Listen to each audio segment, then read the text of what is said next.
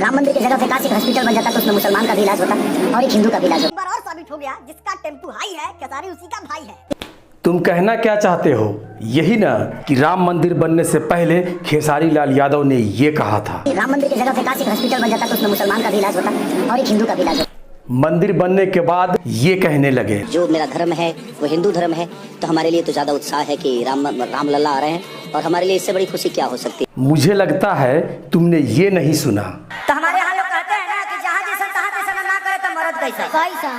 ये खेसारी लाल यादव है बेटा, इन्हें ऐसे ही ट्रेंडिंग स्टार नहीं कहा जाता। ना इन्होंने तब गलत कहा था राम मंदिर की जगह पे काशी हॉस्पिटल बन जाता तो उसमें मुसलमान का भी इलाज होता और एक हिंदू का भी इलाज होता। और ना ही इन्होंने अब गलत कहा है। जो मेरा धर्म है वो हिंदू धर्म है, तो हमारे लिए तो ज्यादा उत्साह है कि राम लल्ला आ रहे हैं और हमारे लिए इससे बड़ी खुशी क्या हो सकती है। आज सबकी जरूरत राम मंदिर बनने से है, ना कि हॉस्पिटल बनने से। ये भी सत्य है और ये भी सत्य है।